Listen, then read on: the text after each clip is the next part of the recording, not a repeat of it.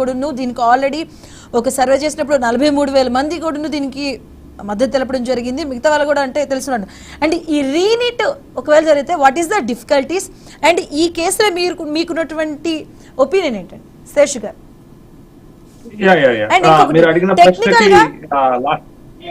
మీరు అడిగిన ప్రశ్నకి లాస్ట్ లో సమాధానం చెప్తాను. అండ్ టెక్నికల్ గా ఇంకోటి నాకున్న డౌట్, ఈజ్ ఇట్ పాసిబుల్ ఏదైతే 715 ఒక నెంబరింగ్ అనే దానిపైన చర్చ జరుగుతుంది. 715, 716 జనరల్ గా రావాలి, బట్ ఏదైతే ఈ 718 to 718 మార్క్స్ వస్తాయి, ఈజ్ ఇట్ పాసిబుల్? బేసిక్ ఎందుకంటే ఒక సరైన క్వశ్చన్ కి 4 మార్కులు వచ్చినప్పుడు, ఒక ఆన్సర్ కి -1 మార్క్ వచ్చినప్పుడు ఈజ్ ఇట్ పాసిబుల్ దానికి ఆన్సర్?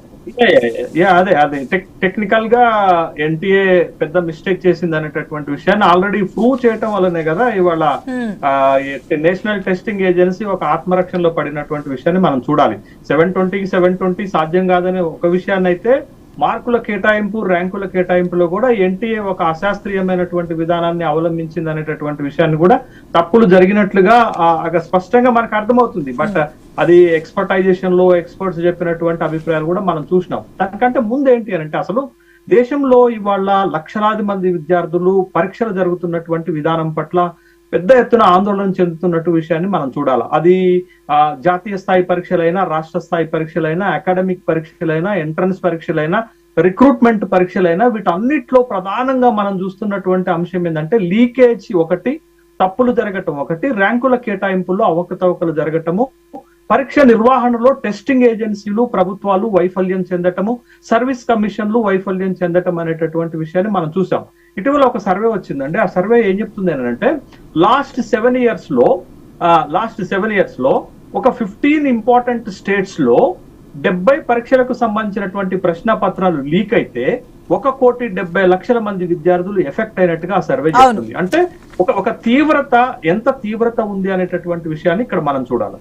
రెండోది, ఇప్పుడు నీట్ ఎగ్జామ్ తర్వాత జరుగుతున్నటువంటి సిరీస్ ఆఫ్ మిస్టేక్స్ గనక మనం భారతదేశంలో చూస్తే, మే 5 నాడు జరిగినటువంటి నీట్ ఎగ్జామ్ లో అవకతవకలు జరగటము, పేపర్ లీకేజ్ అవ్వటము, మార్కుల కేటాయింపులో, ర్యాంకుల కేటాయింపులో అవకతవకలు జరగటం, టెస్టింగ్ ఏజెన్సీ పరీక్ష నిర్వహణలో ఫెయిల్ అవ్వటం వల్ల 24 లక్షల మంది విద్యార్థులు ఎఫెక్ట్ అయ్యారు. తర్వాత మీరు జూన్ 19 నాడు జరిగినటువంటి national eligibility test net exam 9 లక్షల మంది విద్యార్థులు రాస్తే పేపర్ లీక్ అయితే ఆ ప్రశ్న పత్రాన్ని, ఆ ఎంట్రన్స్ ఎగ్జామ్ ని ప్రభుత్వం రద్దు చేస్తుంది. తర్వాత సిఎస్ఐఆర్ పరీక్ష నిర్వహించాల్సింది కూడా నేషనల్ టెస్టింగ్ ఏజెన్సీ రద్దు చేసుకుంది. మరి ముఖ్యంగా జూన్ 23 అంటే ఈ రోజు జరగాల్సినటువంటి నీట్ పీజీ ఎగ్జామ్ ను కూడా నేషనల్ టెస్టింగ్ ఏజెన్సీ రద్దు చేసుకుంది. అంటే ఒక 4 పరీక్షలు, నీట్ తర్వాత జరగాల్సినటువంటి 3 ఇంపార్టెంట్ నేషనల్ ఎంట్రన్స్ టెస్ట్లను కూడా మనం రద్దు చేసుకున్నామంటే దేశంలో ఈ పరీక్షలు రాసేటటువంటి విద్యార్థులందరూ కూడా ఎంత ఆందోళనగా ఉన్నారనేటటువంటి విషయాన్ని ఇక్కడ మనం చూడాలి. ఇది ఒక పాయింట్ అయితే.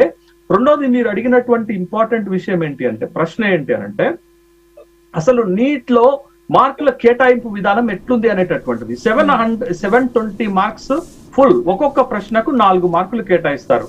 ఒక్క ప్రశ్న తప్పు పోతే మైనస్ ఒక మార్క్ చేస్తారు. అంటే ఎవరికైనా రావాలి అంటే 715 మార్కులు వస్తాయి. కానీ ఇక్కడ ర్యాంకులు కేటాయించినప్పుడు 717 ఎట్లు వచ్చినాయి, 718 ఎట్లు వచ్చినాయి, 719 ఎట్లు వచ్చినాయి అనేటటువంటి ప్రశ్నలకు టెస్టింగ్ ఏజెన్సీ దగ్గర ఒక సహేతుకమైనటువంటి ఆన్సర్ లేదు. ఇది పాయింట్ 1. రెండోది, గతంలో 2-3 మాత్రమే ఫస్ట్ ర్యాంక్స్ వస్తే, అది కూడా 715 మార్కులతో వస్తే, ఈసారి 720కి 720 మార్కులకు 67 మంది విద్యార్థులకి ఎట్లొచ్చాయనంటే నేషనల్ టెస్టింగ్ ఏజెన్సీ చెప్తున్నటువంటి ఆన్సర్ కూడా సహేతుకంగా లేదు.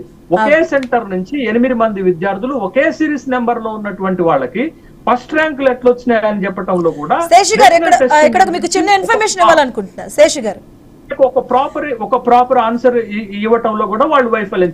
వాళ్ళు చూపించిన 3 ప్రధాన అంశాలు కూడా ఒక చిన్న ఇన్ఫర్మేషన్ అంటే 1563 మంది విద్యార్థులకు ఎట్లా మీరు గ్రేస్ మార్కులు కలిపారనే దాంట్లో కూడా ఒక సహేతుకత లేదు.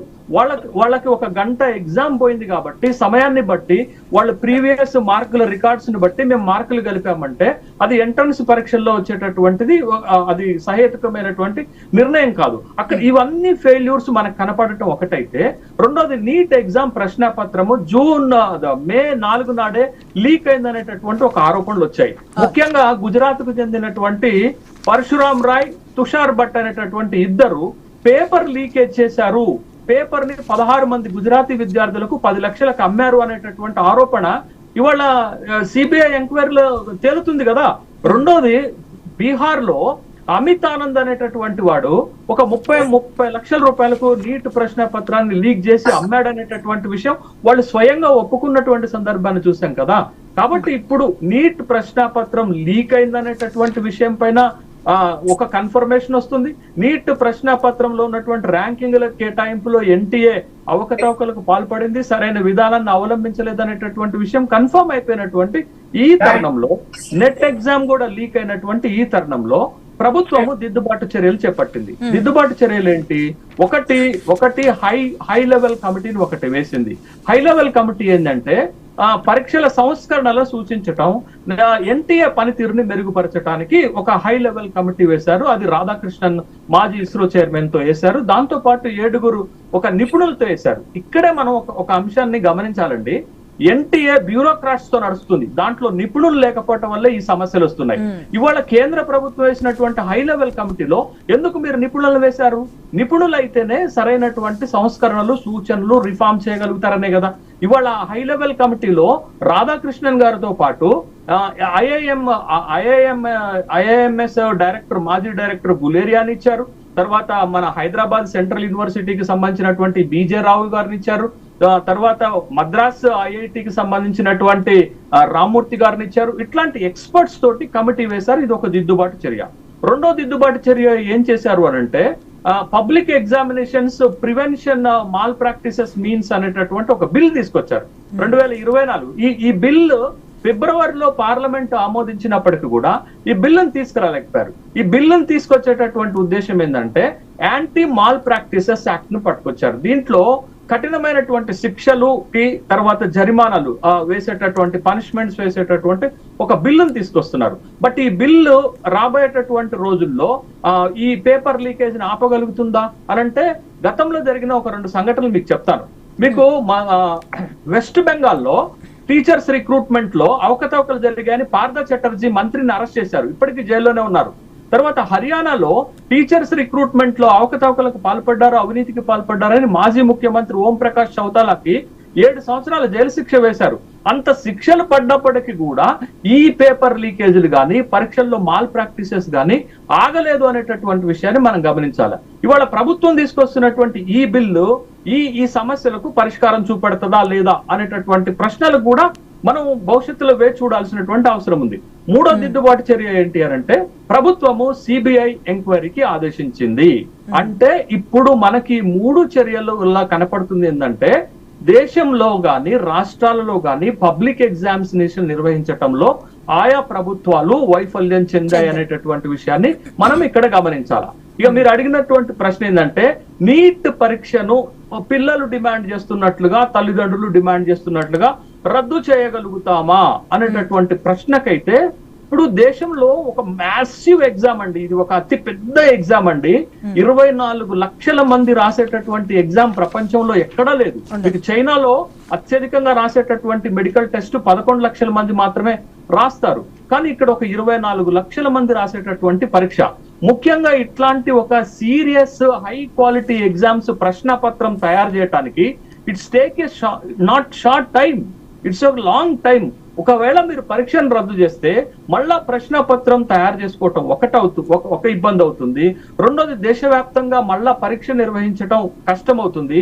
రెండోది షెడ్యూల్ దెబ్బతింటుందండి. మీరు ఎప్పుడైనా చూడండి, మే 4, 5, 6 తారీఖులలోనే గత 2013 నుంచి ఎన్టీఏ అనేటటువంటి టెస్టింగ్ ఏజెన్సీ ఈ నీట్ పరీక్షనే జరుగుతుంది. మీరు యూపీఎస్సీ కూడా చూడండి, షెడ్యూల్ ఉంటుందండి. పర్ఫెక్ట్ షెడ్యూల్ ప్రకారమే ఆ పరీక్షలు జరుగుతాయి. ప్రిలిమినరీ అయినా, మెయిన్స్ అయినా, ఇంటర్వ్యూస్ అయినా షెడ్యూల్ ఉంటుంది. ఒకవేళ ఇప్పుడు రద్దు చేస్తే దేశవ్యాప్తంగా ఈ పరీక్ష షెడ్యూల్ దెబ్బతినేటటువంటి ప్రమాదం ఉంటుంది. ఈ సీట్లను కేటాయించేటటువంటి అవకాశం ఇబ్బంది అవుతుంది. ఇది ఒకటైతే, రెండోది ఏంటి అని అంటే, ఒకవేళ నీట్ పరీక్షను రద్దు చేసుకుంటే ప్రభుత్వం తనకు తానే ఫెయిల్యూర్ ను ఒప్పుకున్నట్టు అవుతుంది. ఇది ప్రభుత్వం యొక్క ఫెయిల్యూర్ గా ఒప్పుకున్నట్టు అవుతుంది. కాబట్టి దిద్దుబాటు చర్యలుగా ఏం చేశారు, ఎన్టీఏ 5 సంవత్సరాలుగా ఎన్టీఏ డైరెక్టర్ జనరల్ గా వ్యవహరిస్తున్నటువంటి సుబోధ్ సింగ్ ని తీసివేసి తప్పించేసి ఇప్పుడు ప్రదీప్ సింగ్ ఖరోలాని ఇప్పుడు కొత్త టెస్టింగ్ ఏజెన్సీ డైరెక్టర్ జనరల్ గా అపాయింట్ చేశారు.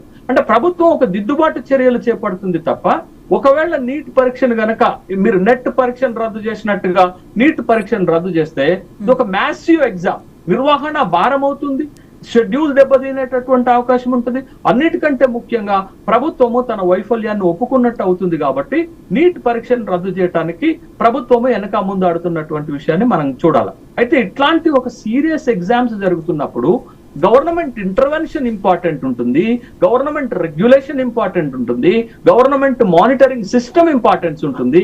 ఇవన్నీ వైఫల్యం చెందటం వల్లనే ఇవాళ దేశంలో ఉన్నటువంటి లక్షలాది మంది విద్యార్థులు ఆందోళనగా ఉన్నారు. మీరు రాష్ట్రాల్లో కూడా చూడండి, నేను ఇందాక చెప్పాను కదా, ఒక 15 రాష్ట్రాల్లో 70 పరీక్షలకు సంబంధించినటువంటి పేపర్స్ లీకేజ్ అయినాయి గత 7 సంవత్సరాల్లో. దిస్ బెస్ట్ ఎగ్జాంపుల్ మనకి తెలంగాణ కూడా ఉంది. తెలంగాణలో ఒక 7 పరీక్షలకు సంబంధించినటువంటి 15 ప్రశ్న పత్రాలు లీక్ అయ్యాయి. మనం అపెక్స్ ఎగ్జామ్ అయినటువంటి గ్రూప్ 1 ప్రిలిమినరీ 2 సార్లు నిర్వహించాం, 2 సార్లు ఫెయిల్యూర్ అయినాం. అదే విధంగా రాష్ట్ర స్థాయిలో ఎంసెట్ ఎగ్జామ్స్ జరుగుతున్నప్పుడు తెలంగాణలో కూడా ఎంసెట్ ప్రశ్న పత్రాలు 2 సార్లు లీక్ అయితే 3 సార్లు ఎగ్జామ్ పెట్టినటువంటి పరిస్థితులు చూసాం. కాబట్టి కేంద్ర ప్రభుత్వము ఒక సెంట్రలైజ్ ఎగ్జామినేషన్ సిస్టాన్ని తీసుకురావాలని ఈ నీట్ ఎగ్జామ్ అనేటటువంటి సిస్టాన్ని 2013లో తీసుకొచ్చింది. కానీ ఇవాళ జరిగింది ఏంటది, రాష్ట్రాల్లో ఏం జరిగిందో ఇవాళ సెంట్రలైజ్ సిస్టమ్ తీసుకొచ్చినప్పుడు కూడా అదే జరిగింది కదా. కాబట్టి నీట్ వచ్చినప్పుడు కూడా మీరు 2013లో నీట్ వచ్చినప్పుడు ఆంధ్రప్రదేశ్ అపోజ్ చేసింది, కర్ణాటక చేసింది, తమిళనాడు చేసింది, గుజరాత్ చేసింది, ఇలా కొన్ని 5-6 స్టేట్స్ కూడా దీన్ని అపోజ్ చేయడం జరిగింది. 2013లో 2016లో ఫస్ట్ ఎగ్జామ్ జరిగింది ఐ థింక్. అదేనండి, నీట్ సిస్టమ్ ఎప్పుడైతే వచ్చిందో అప్పటి నుంచి ఏదో ఒక వివాదం ముసురుకుంటూనే ఉంది. 2017లో మనం ప్రాంతీయ భాషల్లో ఎగ్జామ్ పెట్టాలనేటటువంటి డిమాండ్ కు తలొగ్గి ఇవాళ 12 భాషల్లో ప్రాంతీయ భాషల్లో ఎగ్జామ్ పెడుతున్నటువంటి సందర్భాన్ని మనం చూసాం. ఇప్పటికీ కూడా సౌత్ ఇండియన్ స్టూడెంట్స్ కి నష్టం జరుగుతుంది నీట్ ఎగ్జామ్ వల్ల, లోకలైట్స్ కి నష్టం జరుగుతుంది. సౌత్ ఇండియాలో ఉన్నటువంటి మెడికల్ కాలేజీలు నార్త్ ఇండియాలో లేవు.